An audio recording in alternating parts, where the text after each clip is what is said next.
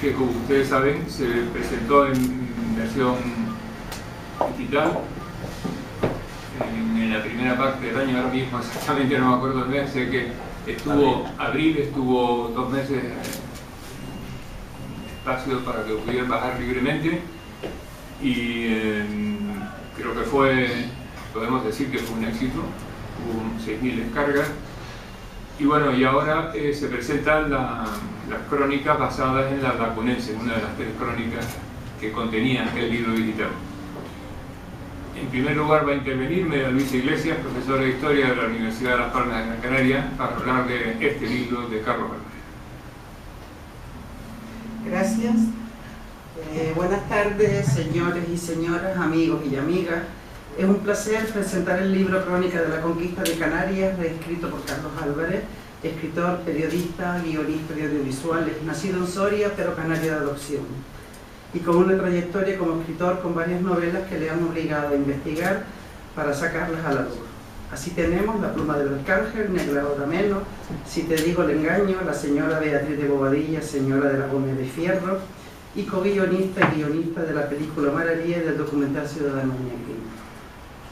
El libro que se presenta está reescrito a partir de las transcripciones paleográficas de Buenaventura Bonet y Elías Serra de la Crónica Lacunense. Antiguo texto castellano, transcrito fielmente, difícil de leer, con un vocabulario diferente al actual, que se encuentra depositada en la biblioteca de la Universidad de La Laguna.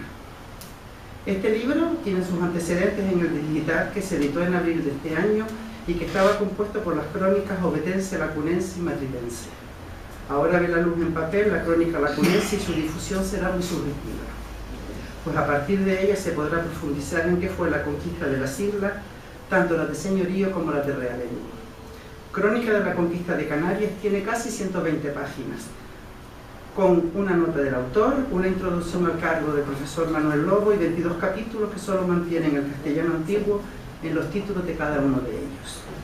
Es una obra de divulgación científica que pretende llegar a todos los lectores, en general, e incluso se podría decir que de bolsillo, pues sus dimensiones permiten llevarlo con facilidad. Utiliza un lenguaje asequible, muy comprensible, mucho más que el de la crónica escrita en el siglo XVII, y eso ayuda a entender el texto que describe los acontecimientos que sucedieron en las islas en el siglo XV, en el periodo que dura la conquista, llegando a enganchar su lectura y conocer cómo se desarrolla la trama. A lo largo de la crónica se descubre cómo eran las islas y cómo vivían sus habitantes, los indígenas, cómo fueron cristianizados paulatinamente e instruidos en la fe católica.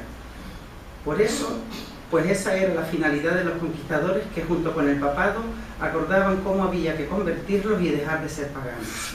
Bettencourt da cuenta cómo había conquistado 4 islas al rey Don Juan y dice que le quedaban 3 islas por conquistar: Canaria, Tenerife y la isla de La Palma, y quedaba por buen empleado sus trabajos y muchas pesadumbres que había tenido a cambio de haber ganado tantas almas como quedaban ya cristianos bautizados.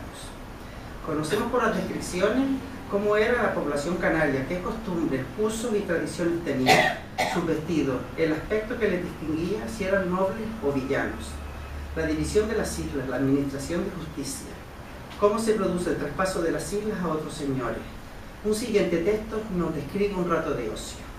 Tenían los Bonartemes casa de recreación y pasatiempos, donde se juntaban hombres y mujeres a cantar y bailar, y acabados sus cantos y bailes, ordenaban sus banquetes y comidas con mucha carne asada y cocida, aunque usaban más el asado, y algunas veces la freían en cazuelas con manteca. A este guisado lo llamaban camarona. Además de esto, comían mucho gofio, que hacían de harina de cebada tostada, y lo amasaban con leche y con caldo de olla. Otros lo amasaban con agua y sal, y ese era el pan cotidiano. Sus frutas eran higos, que tenían en abundancia. Los pasaban al sol, los ensartaban en cuerdas de junco y los hacían en pellas y los guardaban todo el año. El capítulo 15 relata cómo Juan Rejón es apresado por el gobernador Pedro de Vera porque degolló a Pedro de Algaba, y en él se aprecia cómo podría ser su casa una vez hecho el inventario de sus pertenencias para subastarla, aparte de lo que tenía como caballero. 2 arcas con ropa de lienzo y de vestir, 2 jarros de plata y 2 tazas, 2 cubiletes, un salero, una docena de cucharas, 2 paños de corte, 2 reposteros, 2 bufetes, una docena de sillas y otras menudencias de casa, y una cama en la que dormía. Esta descripción rica en detalles de estas pertenencias difiere de lo que poseían los canarios, que solo recoge que sus vestidos eran tamarcos hechos de cuero sobado o cazuelas que usaban. Se nota que el autor debió de disfrutar mucho en todo el proceso del trabajo, de comienzo a fin, pues tuvo que documentarse para llevar a buen término la publicación que hoy se muestra. Mientras se lee el texto se desgranan poco a poco todos los avatares por los que pasaron tanto los aborígenes como los conquistadores, e incluso entre ellos mismos, todos los éxitos y fracasos, las deslealtades y traiciones, las cabalgadas y presos, las muertes, la falta de provisiones. La crónica comete algún error con respecto a alguna fecha y está subsanada por Morales Padrón. Así recoge la fecha de 1463 como el año en que llegó Juan Rejón a Canarias, cuando realmente fue en 1478. O palabras mal escritas o que falta alguna. No siempre el escribano lo hacía correctamente y se ve en las anotaciones que han hecho los transcriptores en cada una de las crónicas y se comprende fácilmente. Es una crónica escrita desde el punto de vista de los conquistadores, habla de los nuestros, bien de sus victorias o derrotas de ambos bandos. Es una visión de los vencedores y no de los vencidos. Estos no pudieron dar su palabra, en realidad como sucede en todas las crónicas de guerra. Además, la diferencia de armamento es importante. Mientras unos se defendían con piedras y palos tostados con agudas puntas, otros disponían de caballos con sillas, corazas, mallas, escudos de diferentes tipos, cascos, espuelas o lanzas. Las de ventaja hablan por sí solas. Por último, hay que agradecer al autor Carlos Álvarez que me propusiera la presentación de esta entretenida crónica que parece una novela y que invita a leerla para conocer cómo se suceden los acontecimientos desde la conquista de la primera isla, Lanzarote, a la última, Tenerife, en un tiempo de casi 100 años, pero en un espacio reducido, con el problema de que estamos en las islas con cierta distancia entre ellas, aunque ahora esas distancias sean prácticamente inapreciables. Muchas gracias por su presencia y enhorabuena al autor.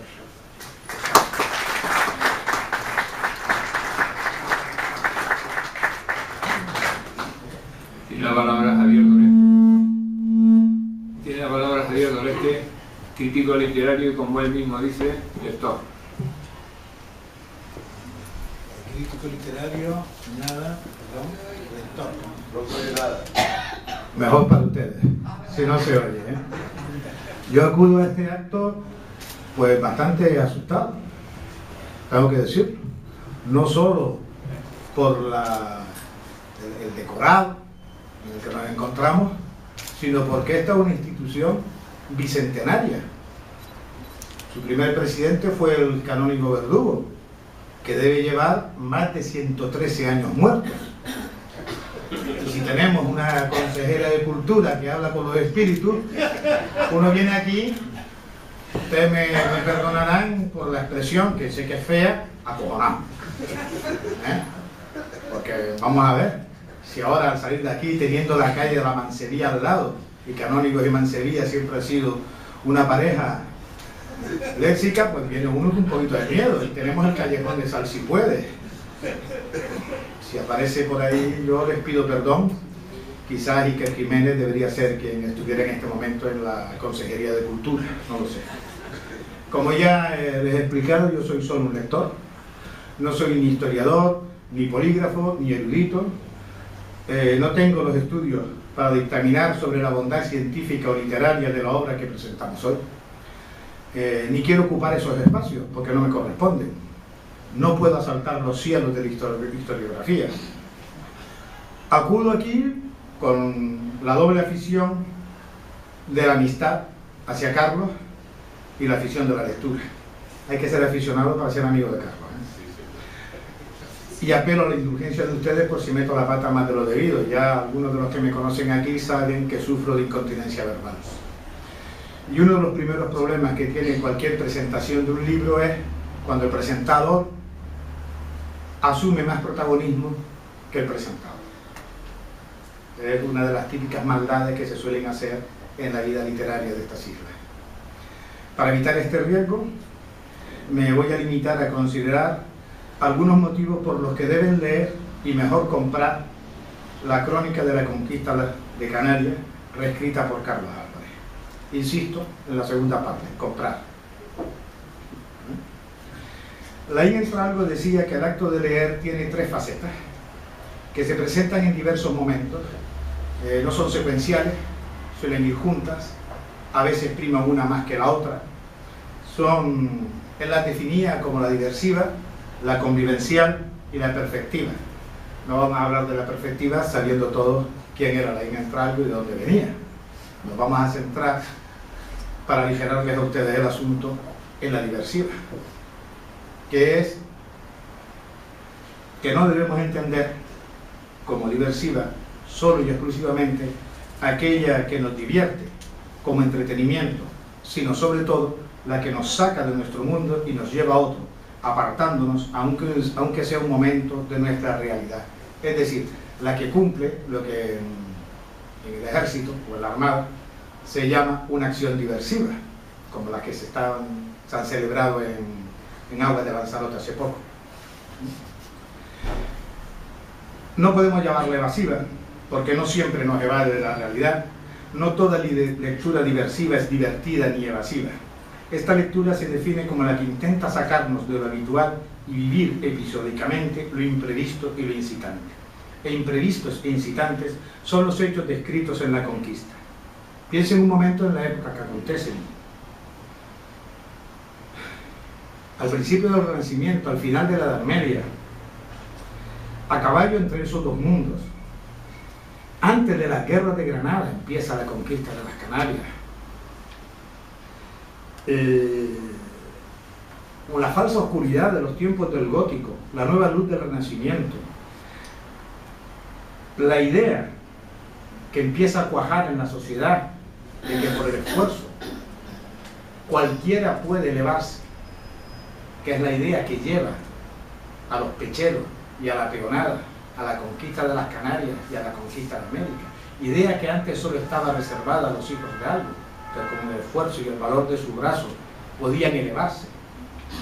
Sin embargo, en la época del Renacimiento empieza ya a germinar la otra idea, de que cualquiera, hombre, en nuestras sociedades, esa idea queda aplastada, pero está ahí, en las sociedades, digamos, del norte de Europa, en Inglaterra, en la Holanda, que empieza con el capitalismo, esa idea sí está pujante y es la que impulsa y es la que lleva la dinámica económica del asunto.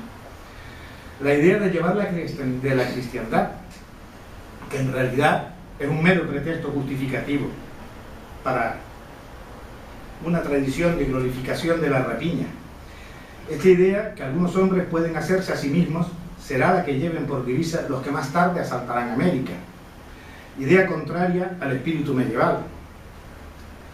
Ese espíritu renacentista nos lo hace vivir el cronista lacunense gracias a la cuidada prosa de Carlos Álvarez. Pero estas crónicas no solo nos divierten del momento actual, también nos transmutan, que es otra función que tiene que tener, según Laín Entralgo, la literatura diversiva. Y nos transmutan hasta que podemos sentir un hálito de indignación cuando leemos cómo acuerdan los conquistadores talar los campos de los canarios para reducirlos por hambre, aquí en la isla de Gran Canaria. Es una bárbara política aplicada en la antigüedad por los romanos contra los esclavos rebelados del sur de Italia.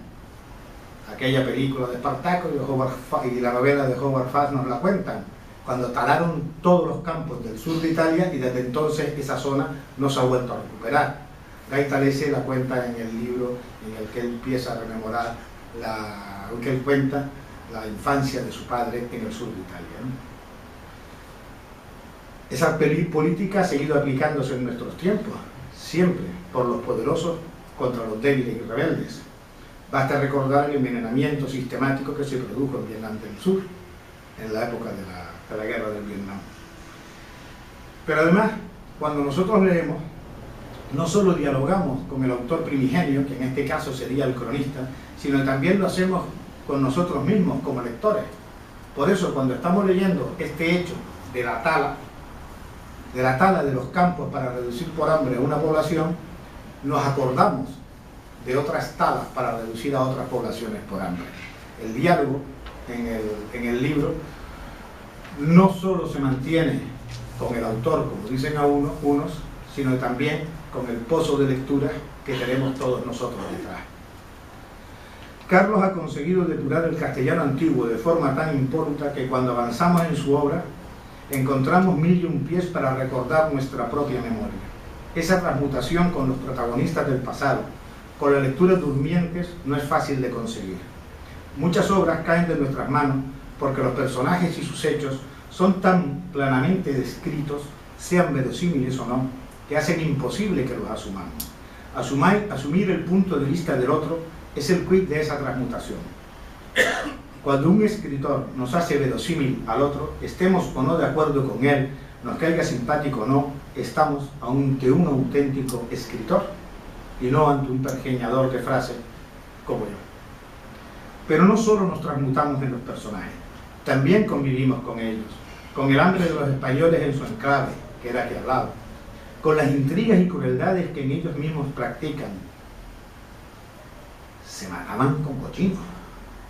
Si ustedes lo piensan, la violencia institucionalizada en la conquista de Gran Canaria no es solo contra la población aborigen o sobre la población aborigen, es también una violencia entre los propios conquistadores.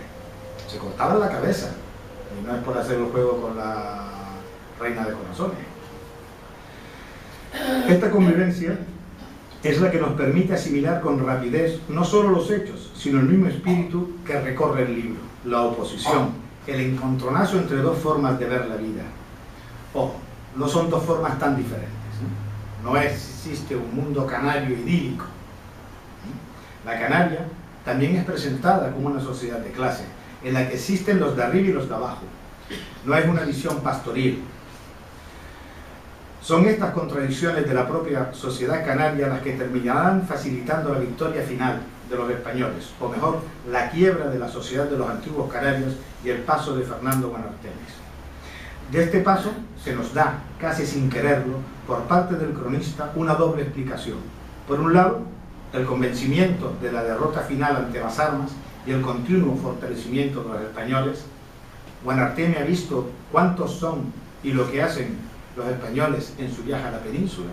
Pasea al lado del rey Fernando y de Boabdil por Granada, vestidos los tres de reyes, porque cuando llega a Granada Fernando lo hace vestir con ropas adecuadas de rey, y de hecho las crónicas recogen que aquello le llamaban el paseo de los tres reyes. Y por otra parte, la necesidad de establecer para los suyos, los más cercanos, garantías de supervivencia suficientes en el futuro. De ahí la constitución más tarde del señorío de Guayana.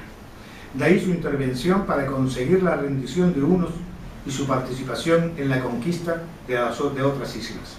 Entendemos así lo que pasó con el Guanarteme, o mejor, lo que pasó por su cerebro, cuando dio el paso que lo convertiría en traidor para unos y en un héroe con visión de futuro para otros. Conseguir que lo entendamos, convivir con esa figura, lo que hoy se llama empatía, que suena más bien a seminario de ventas, pero nosotros, o lo de la otredad, que a mí me suena a oquedad, ahora asumir la visión del otro. Lo que pasa es que siempre estamos buscando palabras un poco más complicadas, ¿no? No es el propósito del cronista original. Este lacunense no tiene otro objetivo que el de contar y justificar los hechos de las armas de los españoles. Es el mismo objetivo que se planteará más adelante Bernal Díaz del Castillo. Ser capaz de leer entre líneas y poner negro sobre blanco, como si de un palincesto se tratara, es tarea del editor moderno. Y Carlos Álvarez lo consigue en cada una de las páginas de sus crónicas.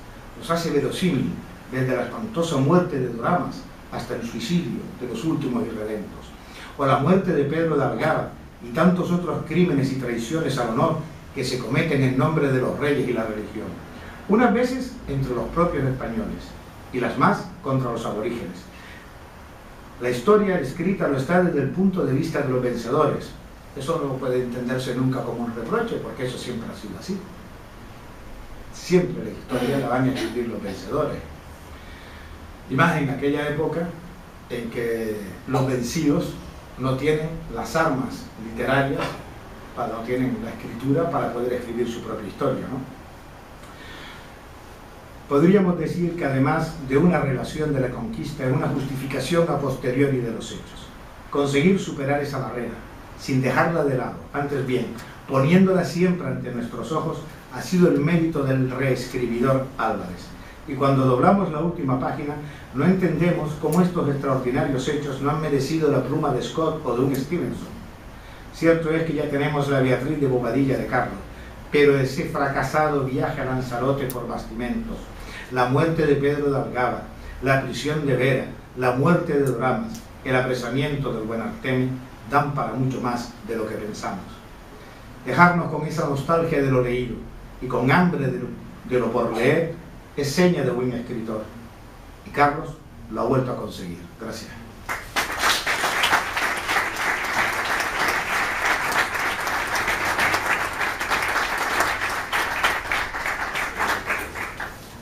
Tiene la palabra Carlos Arroyo.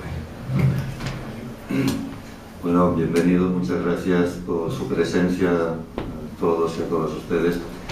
Muchas gracias también a Maui y a Javier por sus elogiosas presentaciones, y déjenme también acabar con el capítulo de gratitudes, volviendo a agradecer a esta casa y a su presidente, a Tomás Landevalle, que acogieran y apoyaran el proyecto de publicación de la edición digital de las crónicas, de las 3 crónicas que, como ya dijo, se publicaron en abril, estuvieron a disposición para bajada gratuita entre el día del libro, 21 de abril, y el día de Canarias, 30 de mayo, y creo que sí, que se puede decir que fue un éxito editorial, en el sentido de que la obra fue descargada por 6.000 personas, o sea, hubo 6.000 descargas desde 40 países, algo que para un libro hecho en la isla, en papel hubiese sido imposible. No tenemos capacidad, ninguno de los editores canarios tenemos capacidad de llevar 6.000 ejemplares no solo a 40 países, sino incluso, aunque sea a Madrid o a Barcelona. Salir de las islas para los editores canarios ya es un triunfo. La edición digital, insisto, de algo tan concreto como es las crónicas de la conquista de Canarias, distribuir en mes y medio 6.000 ejemplares en 40 países, pues creo que fue todo un éxito. Pues gracias a todos los que hicieron posible esa aventura, y gracias a ustedes por la presentación de hoy. Yo decir, la verdad es que tendría ya poquito más que decir. Sí, por ejemplo, confirmo que me lo pasé muy bien en casi todo el proceso de reescritura. A mí se me ocurrió reescribir estas crónicas porque, bueno, tanto para La pluma del arcángel como para La señora, para las 2 novelas, pues me las había leído, me leí las crónicas y de repente me veía que estaba leyendo por 3ª y 4ª vez un párrafo porque no lo entendía, porque bueno, me maldecía hasta el señor Nebrija por no haber publicado su gramática unos años antes y que estos las hubieran leído, ¿no? Los cronistas oficiales las hubieran leído, porque es una lectura engorrosísima, la lectura de las transcripciones paleográficas, porque bueno, tiene una sintaxis que no es la sintaxis actual, tiene un vocabulario complejo, y entonces yo me veía leyendo y releyendo a veces un mismo párrafo hasta que conseguía entender qué diablos quería decir. Y yo parto de que, bueno, había leído muchos trabajos de la historia de Canarias y pensé que si para mí, que conocía bastante bien la historia de Canarias, era difícil interpretarlas, leerlas, supuse que para un lector normal pues iba a abandonar enseguida el propósito de leerlas tal y como estaban publicadas. Empezar la aventura fue divertido, pero después acabarla no lo fue tanto, porque había momentos en los que de verdad uno bueno, tenía que seguir dándole vueltas a una palabra. ¿Qué diablos quiere decir, ¿no? ¿Qué diablos quiere decir? Por ejemplo, detalles muy concretos. Cuando describe creo que se refiere a los gomeros, no estoy seguro si es a los gomeros o a los canarios, cuando la crónica dice, les describe en sus peleas, como luchadores, decía, son braceros y certeros. Eso, ¿vale?, se entiende. Braceros, todavía en el diccionario existe como el término de arma que se lanza con el brazo, o acostumbrados a lanzar el brazo. Certeros, estaba claro, ¿no? Donde pone el ojo, pone la piedra, ¿vale? Pero decía, eran braceros y certeros, que la piedra que tiraban la escondían en la tapia o el cuerpo. Me pegué días buscando todas las entradas del término tapia y el término cuerpo, por si en el siglo XV tenían algún otro significado que yo ignoraba. Acudí a los diccionarios etimológicos, a la maravillosa web de la Academia de la Lengua Española, donde puedes localizar las palabras en cada momento histórico, cómo entraron, qué anotaciones tenían, y no me explicaba yo esa frase, hasta que contacté con la Academia Canaria de la Lengua, y al exponerles la frase y este significado, esta frase tan oscura, y yendo a otra crónica, yendo a la crónica de Escudero, ahí aparece el significado.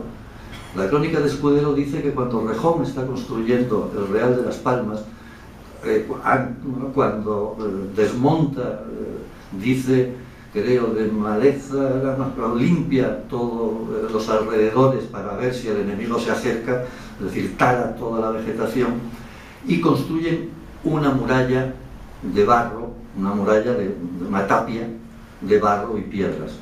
Y dice que cuando los canarios lanzaban la piedra, aunque el barro no estaba totalmente seco, la piedra se hundía de tal manera en el barro, que no se veía, que mientras un cristiano sobre esa misma tapia tiraba una piedra, apenas hacía una mellita y caía.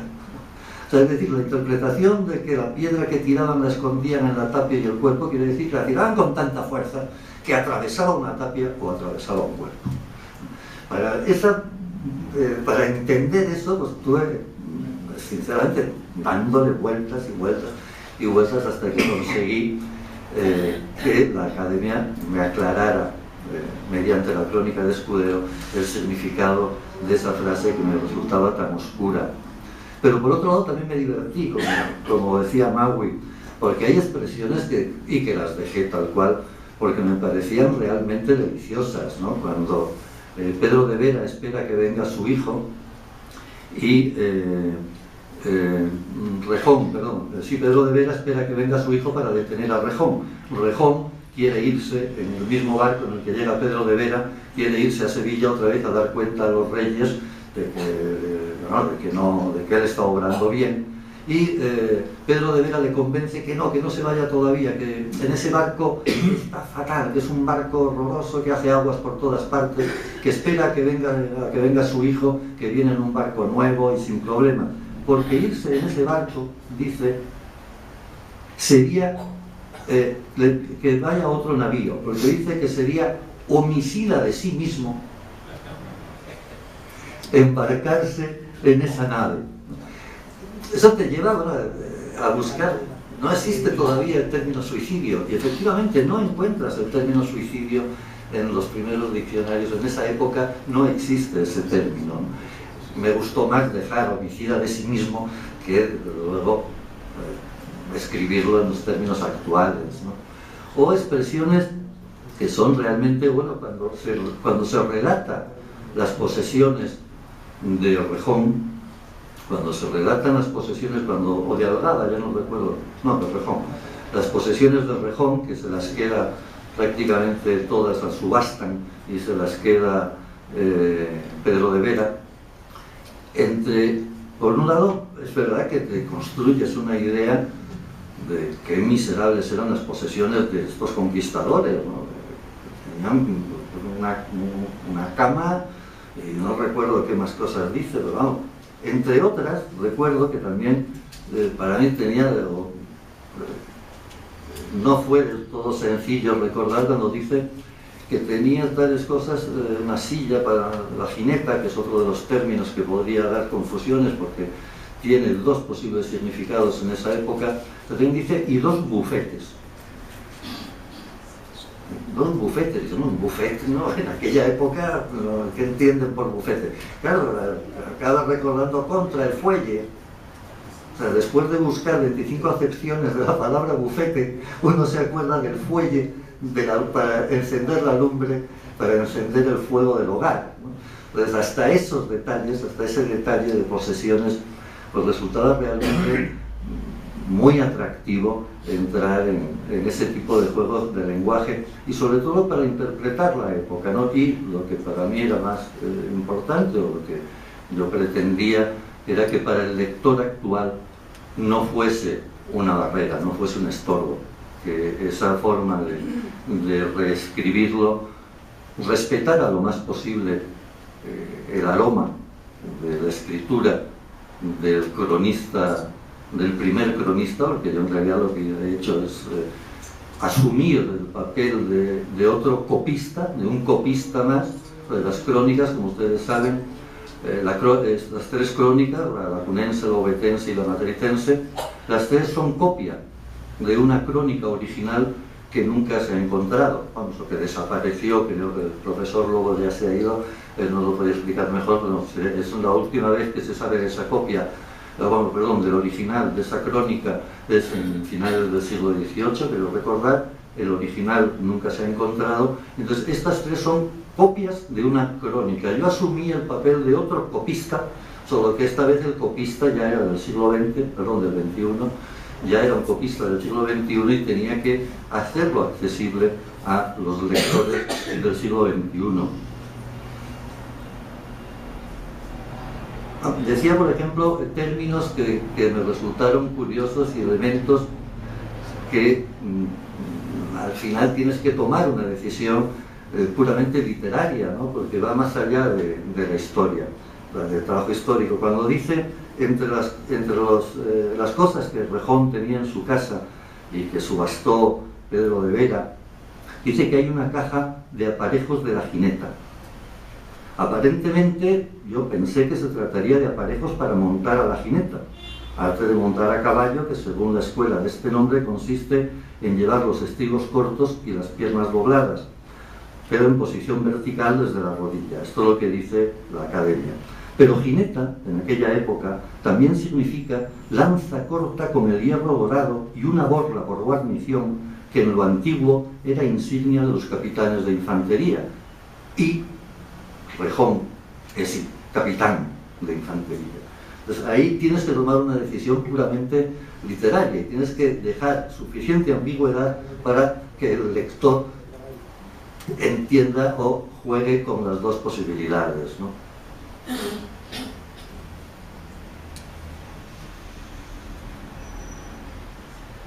Expresiones realmente, pues, otra expresión que me hizo mucha gracia y me resultó muy bonita y también llevó su tiempo de búsqueda, encontrar el significado cada vez que se habla en la crónica de caballos de regalo o caballos regalados. Dice en un par de ocasiones que la isla, a partir del cultivo de la caña de azúcar, se enriqueció muy rápidamente y de tal forma que en la plaza de Galda, en un regocijo, en una fiesta, se llegaban a ver 40 caballos de regalo. Caballos, regalarían caballos. Es un caballo de regalo, ¿no? Claro, cuando estás trabajando en esta época tienes que situarte en el universo, no solo el universo mental, sino el universo material de aquella época. Y en el universo material de aquella época había al menos 3 tipos de caballo. Hoy diríamos que lo ponemos en coches, ¿no? En motor, y tendríamos pues, el tractor para trabajar en el campo, ¿no? Tendríamos el coche utilitario y tendríamos, pues yo qué sé, el Maserati, ¿no? Entonces, el caballo de regalo, en aquella época había caballos para trabajar en el campo y había caballos para la guerra, distintos, y había caballos para lucirse. Y ese era el caballo de regalo. Llegar a verse en un regocijo en la plaza de Galda 40 caballos de regalo significa que eran 40 caballos de domingo, 40 caballos de enseñar, no sirven nada más que para alardear de poder.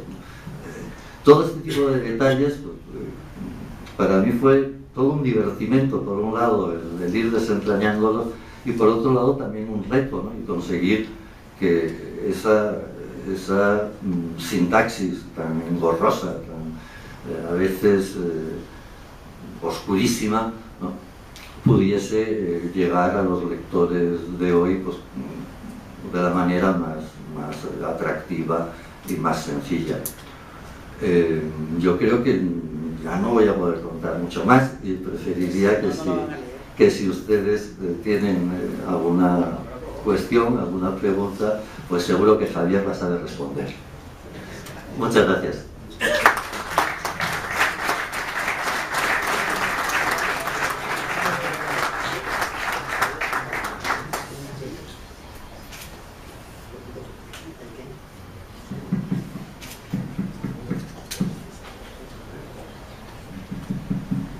Entren un poco en materia, decirles que lo de caballo de regalo, él ha puesto un ejemplo que se nos escapa, que es el del Maserati. En realidad piensen ustedes en 40 caballos de regalo, pues pueden ser 40 Jaguar en el garaje de la ministra, por ejemplo. Lo digo para que entiendan que era un caballo de regalado, nada más, no por otro motivo. Otro término. Un término también realmente... un término realmente bonito, que lo dejé tal cual, porque es muy visual. Volvemos al universo material de aquella época. Un barco tardaba un buen tiempo de Sevilla a acá. No siempre el viento soplaba a favor, podía haber calmas, es decir, no había una hora de salida y una hora prevista de llegada, no. Por lo tanto, y tampoco había frigoríficos. No, de aquella no había frigoríficos. Entonces, cuando viene la viuda de Algaba, no, la viuda de Algaba es, creo que sí, no, perdón, de Rejón. Cuando viene la viuda de Rejón, que matan a su marido, y cuando se marcha otra vez a ver a la corte para exponer el caso del asesinato a los reyes católicos, la reciben aquí porque viene de La Gomera, la reciben con mucho cariño, la agasajan, y para el viaje le dan frutas, no recuerdo qué más, y carne en pie. Claro, los pollos no los llevaban congelados, los llevaban vivos, hasta que hacían falta para comer, ¿no? Entonces, pues, la carne en pie, pues eran pollos, gallinas, cerdos, ovejas, y eso... esa expresión también me parece una expresión realmente preciosa, ¿no? Va nombrando las cosas que le van llevando al barco como presentes para ofrecerle a la viuda. De carne en pie es una expresión que tampoco modifiqué, porque me parece que se entiende fácilmente, desde luego es de una belleza visual increíble.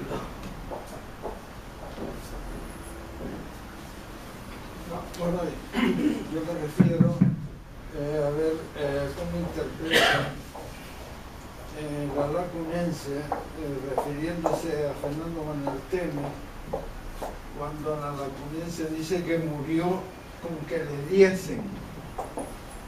¿Cómo interpreta usted esta frase? Que murió con que le diesen. Con que le diesen. Es que tal y como está redactado, parece que no queda claro si fue envenenado o, porque dice lo que le diesen, o sea, si la muerte fue por envenenamiento o fue muerte natural. La sospecha de que fue envenenado en aquel momento ya existía. La interpretación es esa, es la posibilidad de haber sido envenenado. No, coincide con esto. Habrá un montón de escritos de... Bueno, es lo que se interpreta de la crónica y lo que también después algunos, porque vamos, por un lado está la crónica, pero por otro lado hay unos cuantos estudios ya bastante profundos de las crónicas, ¿no? Del profesor Lobo, que hizo la introducción y se fue hace un rato, tiene un trabajo muy interesante sobre la conquista de Gran Canaria y las crónicas, analizando toda esta parte de los personajes fundamentales de la conquista, y también recoge esa posibilidad.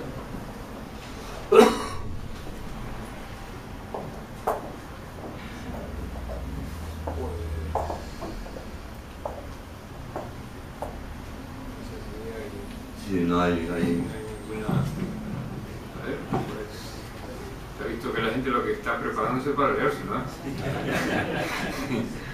Pues nada, muchísimas gracias por venir a todos ustedes y a los señores y señoras. Gracias.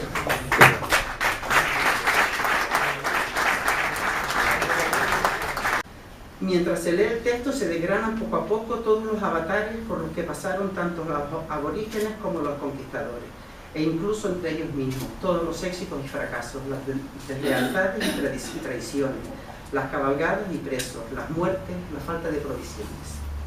La crónica comete algún error con respecto a alguna fecha y está subsanada por Morales Padrón. Así recoge la fecha de 1463 como el año en que llegó Juan Rejón a Canarias, cuando realmente fue en 1478. O palabras mal escritas o que falta alguna. No siempre el escribano lo hacía correctamente y se ve en las anotaciones que han hecho los transcriptores en cada una de las crónicas y se comprende fácilmente. Es una crónica escrita desde el punto de vista de los conquistadores, habla de los nuestros, bien de sus victorias o derrotas de ambos bandos. Es una visión de los vencedores y no de los vencidos. Estos no pudieron dar su palabra, en realidad como sucede en todas las crónicas de guerra. Además, la diferencia de armamento es importante.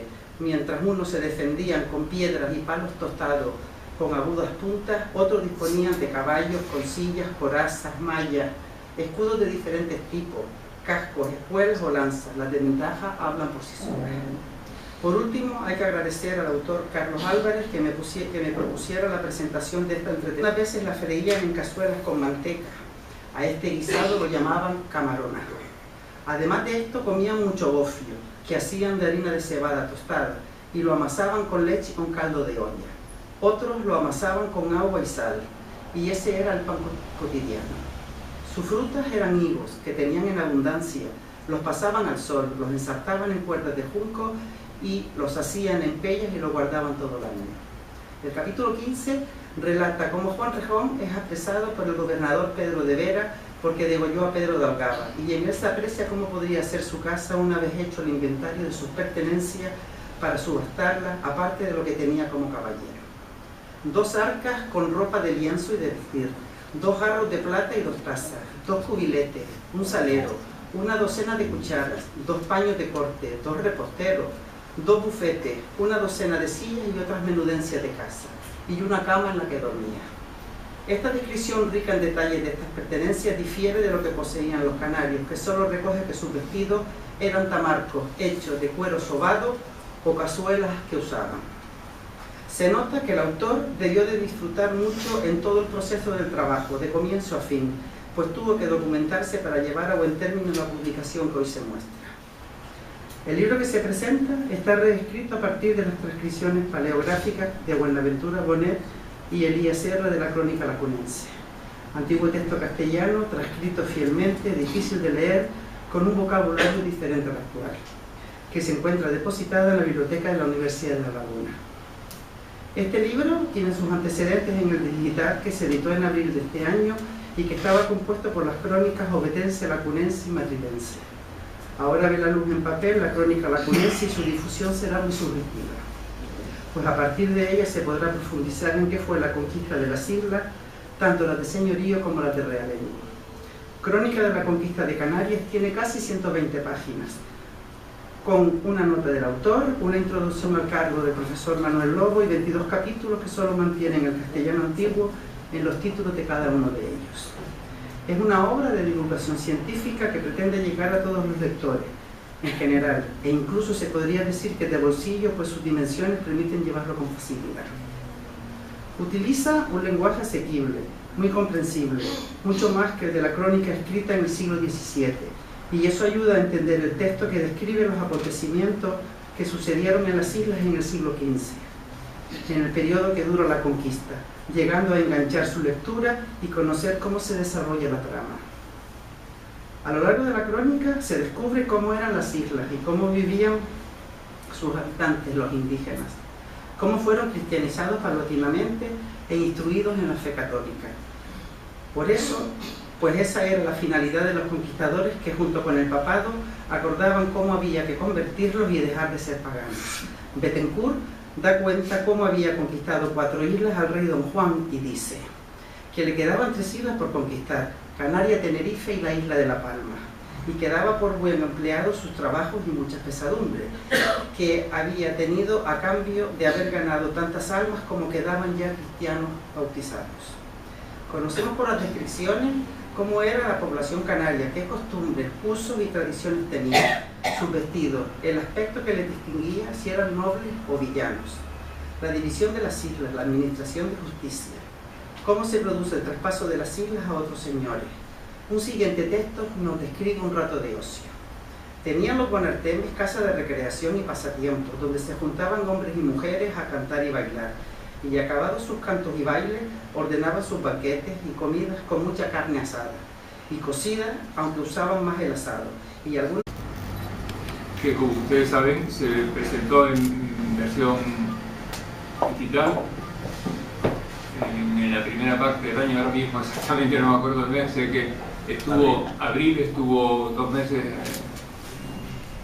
espacio para que pudieran bajar libremente, y creo que podemos decir que fue un éxito. Hubo 6.000 descargas, y bueno, y ahora se presentan las crónicas basadas en la Lacunense, una de las 3 crónicas que contenía el libro digital. En primer lugar va a intervenir María Luisa Iglesias, profesora de Historia de la Universidad de Las Palmas de Gran Canaria, para hablar de este libro de Carlos Álvarez. Gracias. Buenas tardes, señores y señoras, amigos y amigas. Es un placer presentar el libro Crónica de la Conquista de Canarias, escrito por Carlos Álvarez, escritor, periodista, guionista de audiovisuales, nacido en Soria, pero canario de adopción, y con una trayectoria como escritor con varias novelas que le han obligado a investigar para sacarlas a la luz. Así tenemos La pluma del arcángel, Negra hora menos, Si te digo el engaño, La señora Beatriz de Bobadilla, señora de la Gómez de Fierro, y co-guionista y guionista de la película Maravilla y del documental Ciudadano Iñaki.